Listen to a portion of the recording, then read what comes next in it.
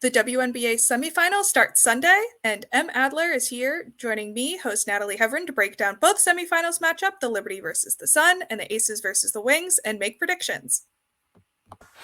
Ogunbowale for the win. You are Locked On Women's Basketball, your daily podcast on women's basketball.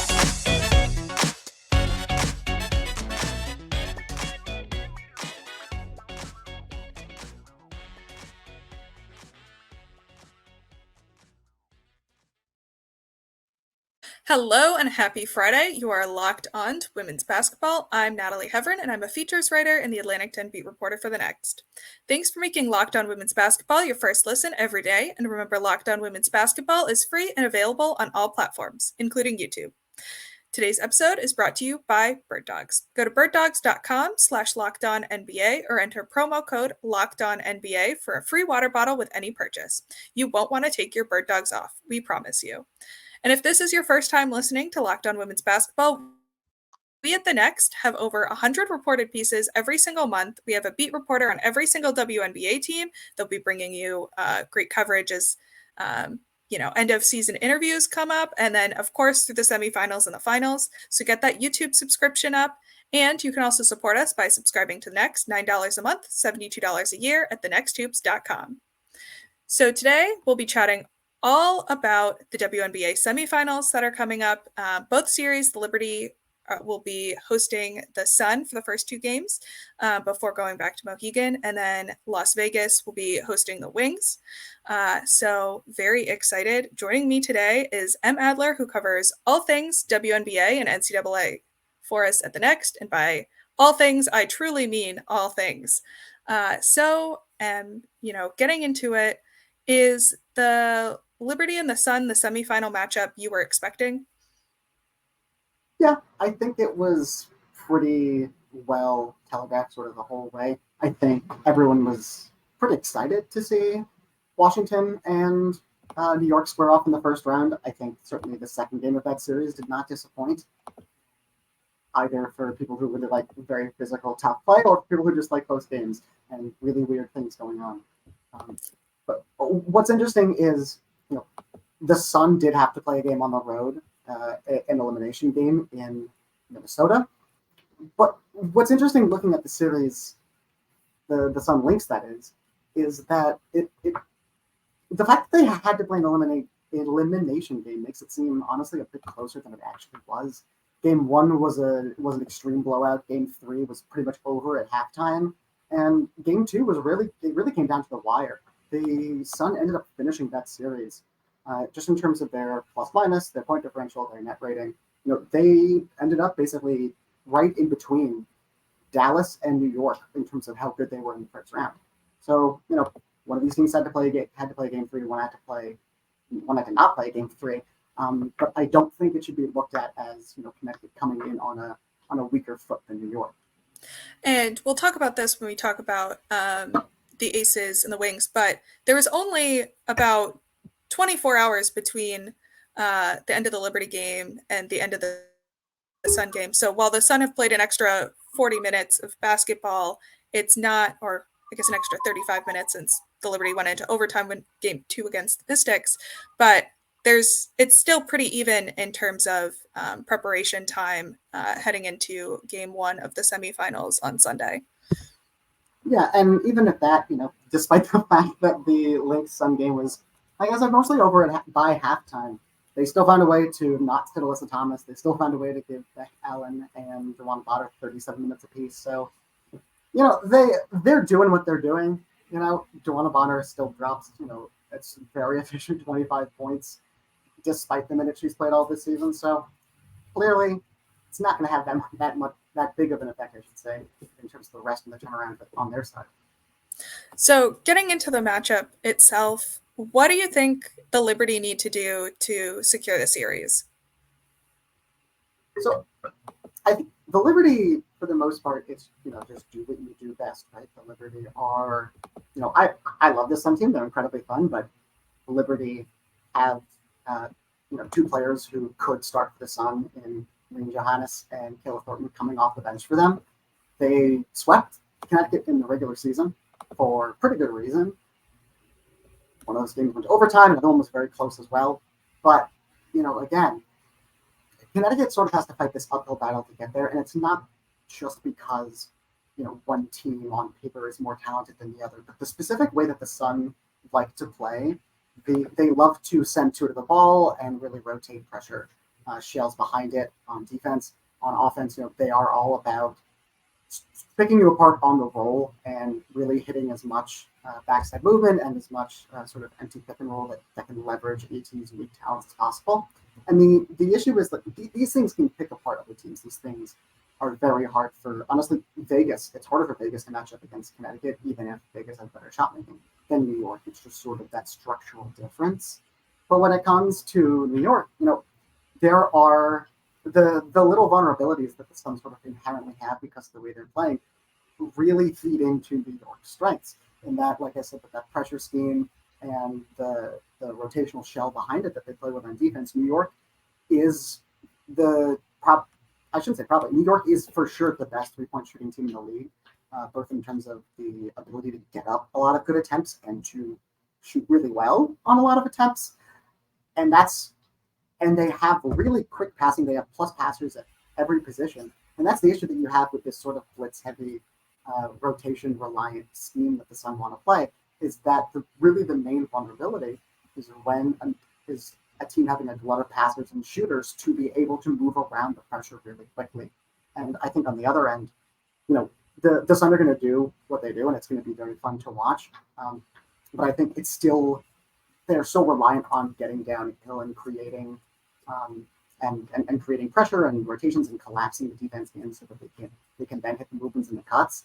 And for as weak as New York is in terms of guard defense, they have Stewie and JJ on the back line, so they've almost been operating from a system of our guards aren't going to defend well, and the back line is going to make it up. And going off of that, are there any vulnerabilities the Liberty showed in their series against the Mystics, even though they did sweep the Mystics? I think for certain, honestly. Although, I'll get into that in a second, they did show some adjustments. The second game in particular, every time sort of they were able to hit JJ, basically in the first three quarters, they didn't win the fourth quarter, but they didn't do it enough in the first three quarters, and it was an easy bucket for her just because of the matchup.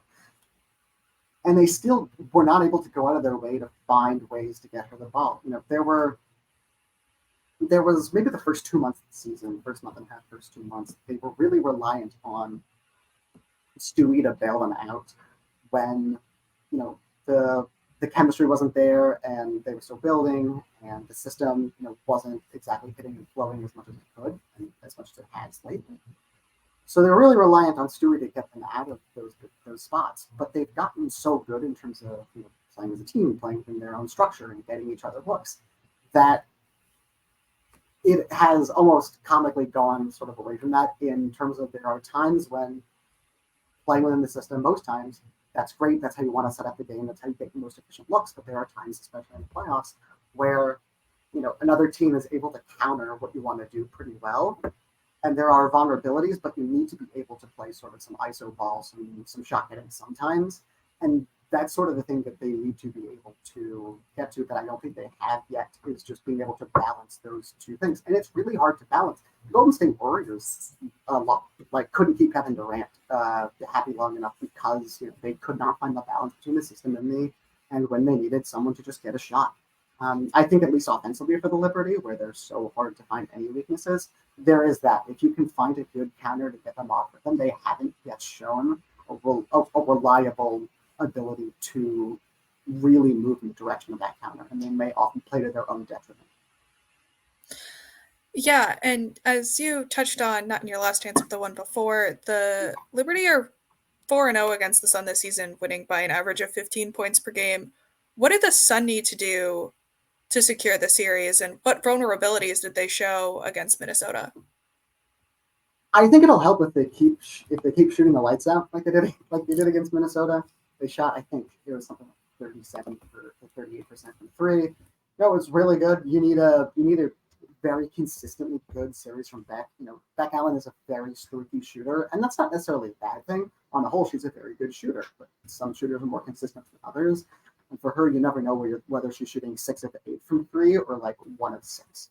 So you need consistency from there. You need Bonner to, you need DB to not necessarily have an off night, which isn't hard for her, but the team is so reliant on her and AT generating the offense when things might get bogged down. When they're on the clock, they're actually very good at finding that balance that I said the Liberty aren't so good at. And you just need, honestly, consistency from Heidemann and from Tisha Heidemann and Tip Hayes. It's just, we know what the matchups are going to be. We know what each team wants to do to the other at this point, and we know what they're best at. It's just about being able to consistently play at a high level and put yourself in the best position to win, and just hope that you can, do the things that made them so hard to play against in the regular season because of how they spread you out, because of how they make it so hard at times to provide the backline help that is essentially the base of New York's defense. If you can do that, then you're looking at a pretty good chance of at least going shot for shot. Coming up next, Em and I will discuss the upcoming series between the Las Vegas Aces and the Dallas Wings.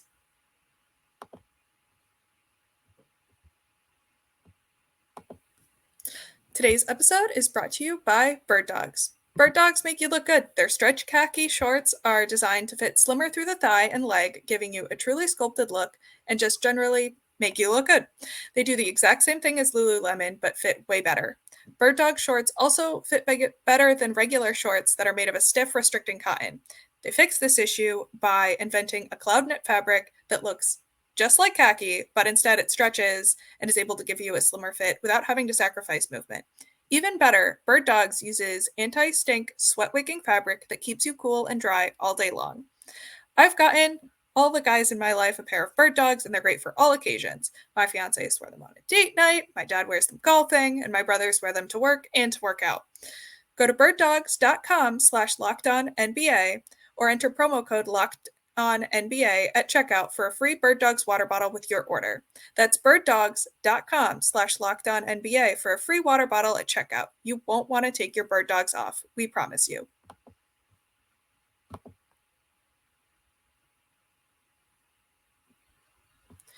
So moving on to our second semifinals matchup, Aces and Wings. Was this what you were expecting? I think it's what probably most people, like maybe everyone, was expecting. We, to peek behind the curtain a little bit for the listeners, I like to do some internal polling. This is how we get our end of season awards at the Next, which you can read as they come out about every 3 or 4 days. And every day right before the WNBA announces their own awards. Had a high of 19 voters this year. Very representative sample. Now, to stop plugging that, part of that I don't release publicly that is just interesting for internal use and for us to talk about is I ask people what they think are going to happen in the playoff series. It was a little bit skewed with Dallas because when I sent it out, we thought that they were going to probably be playing Washington. And then the Mystics sort of had another bout of injury with, I think, Shakira Austin that basically directly resulted in losing to the Sparks, and that kind of jumbled it up and moved them down the standings, surprisingly. So a bunch of us technically thought that Dallas wasn't going to win, but I think if I redid that maybe a week later, it probably would have been everyone, like unanimously expecting that this would be the result. And, I was doing my research beforehand and found that the Aces are 3-1 against the Wings this year, winning by an average of 13.3 points. What do you think the Aces need to do to secure the series? Be the Aces, I think, honestly. The thing about what you were saying about 3-1, I believe, and you can correct me if I'm wrong, but I believe the sequence was Aces win, Wings win, and then Aces win the last 2. Yeah. Yes. Fantastic. So yeah, it was. There are different factors that go into the winning that one, which is that was basically towards the beginning. They still had a few games to go before they were able to hit their stride, but that was really the first time we got a peek at what they would look like, sort of post All-Star break, and as they've been so good lately down the stretch, and they were able to do that against Vegas at that point. But since then, even as they've been in the midst of this stretch, it's still Vegas, frankly. You know, you have a team that have 4 players worthy of all WNBA nomination. Kia Stokes is a pretty decently good role player too. Behind that, you have a 6th player of the year in Alicia Clark. I mean, it kind of ends there for the most part, but like, it's hard to beat that, right? Especially because they play so well and they play the style that they play with puts them at a structural advantage just to begin with against most teams in a way that it just sort of minimizes the weaknesses Vegas might run into and is able to at least mitigate the strengths that other teams are working with. You know, I think it's probably a little bit similar to last season in that it's just like you're starting off at the point if the Aces are going to lose, you're starting off at the point like you have to assume like 2 players in their starting lineup who are, you know, among the very best shooters in the league, if not league history. You just have to assume that they're having bad series to even say that they might lose. And for the Wings, you know, what are some things that they're going to be able to capitalize on in this series if they want to, you know, not get swept or even win the series? See, this is the interesting thing about this matchup in particular.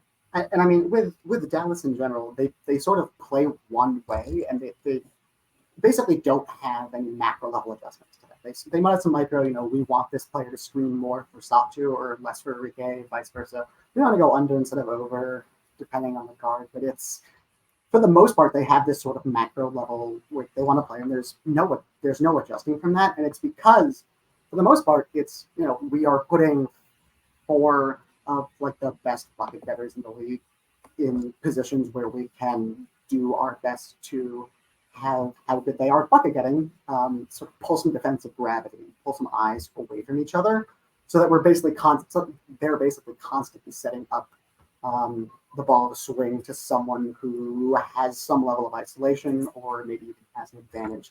This is how you get, you know, a bunch of side actions that then quick hit into a tier post up, and you're like, how is no one helping to prevent the ball getting to McCallum? This is how you get Natasha Howard cutting to like 20 feet from the basket and being able to attack off the catch against a trailing defender. This is how it's how you have these sort of things in it. And, you know, Vegas is obviously a very different team than Atlanta, much better. But it's really a question of, you know, I don't think there's many macro level adjustments for this team. You know, are they going to look to, I mean, Satu has a pretty decent advantage on Jackie Young just in terms of height. Do they try to post up Satu a lot? Are they going to try to, you know, get Tina McCowan able to back down Asia Wilson or Kia Stokes into the post? It's really, I think we'll figure out probably the first 5 minutes of game 1 sort of how this is going to go, at least on that end. What I think is particularly interesting is Candace Parker is out, and that's a lot worse for Vegas, but I do kind of wonder if swapping her out for Kia Stokes at least actually kind of helps a little bit in this matchup, just because Stokes is at least going to be able to more physically defend McCallum in the post. And, you know, the Wings were the first team in WNBA history to have 7 players score in double figures in a playoff game. Do you think their depth gives them an advantage, you know, against an Aces team that isn't as deep? I think probably, for sure. It definitely is not a disadvantage. You know, like I said, the way it's built is around, you know, just having all this just shot making talent and being able to prevent the defense from really helping on any one of them. But there are times when they can get pretty inefficient, especially with Enrique Shot, especially with Natasha Howard, who is, you know, more effective, tough shot making in volume and efficiency. And I think in that case, you know, if someone's hitting their stride, if someone's really getting a good matchup, the Wings sort of have an advantage in that they're at least able to tweak the pieces around them. You know, Veronica Burton, for all her struggles, is still at least a pretty good point of attack defender, certainly their best defensive guard, at least. Maddie Segrist has proven to be a heck of a hustle player, very effective on the boards, you know, against those bench parts. If the Aces, you know, for some reason, sort of find themselves in a spot where they're trying I shouldn't say trying, but they're doing the Asia at the 5 lineup. You have Alicia Clark at the 4, but the wings still want to play big. I think Maddie Seegers at the 3 at the 4 presents a pretty good rebounding advantage and can provide some sparks there. Obviously, Sims, of course, has proven pretty valuable as well, at least in terms of that backup guard role. Even they're going to be playing a lot less in this tougher series.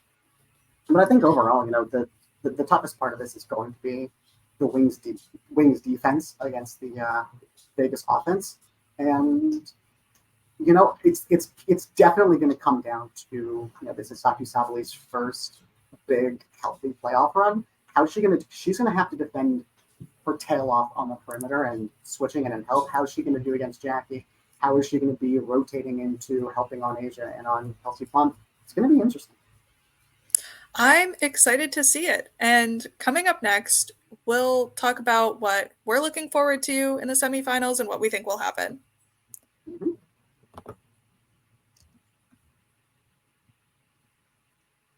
Today's episode is brought to you by DoorDash.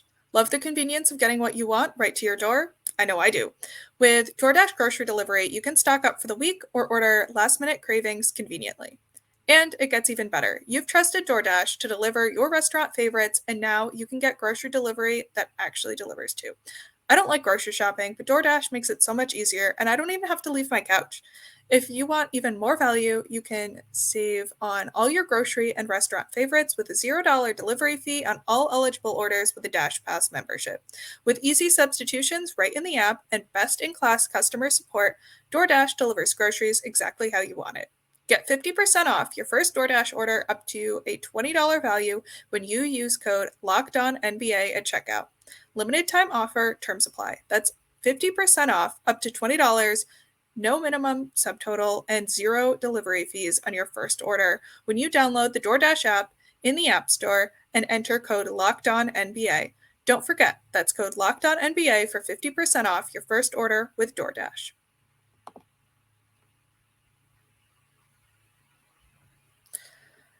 Okay, so I'll ask for your picks and then I'll give my own. Who do you think is going to win each semifinal series and punch their ticket to the WNBA Finals? I think it's what probably everyone is going to say. Let's say New York in 4. I'll be bold and say Vegas in 3. Oh, that's more than I was prepared for. Give me a second. I think I agree with you. I think I'll say Aces in 4. I do think Dallas might be able to steal a game. And I think that the Sun might be able to push it to 5 games just because, it's hard to, go 7-1 against a team in a season.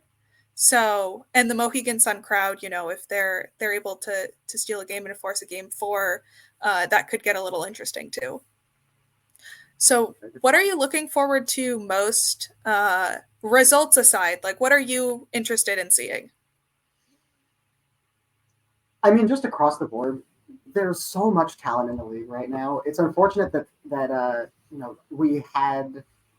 I'll just getting this out of the way. It's unfortunate that Elena Deladon looked so much like what we've seen in previous years in just a couple of playoff games against New York, because it hasn't looked like that for most of the season, most of the injury reasons, and it was such a brilliant flash. Hopefully, we get that next year. But aside from that, there is so much talent in the league these days, just in terms of the top players and the positions they're able to be put in to succeed.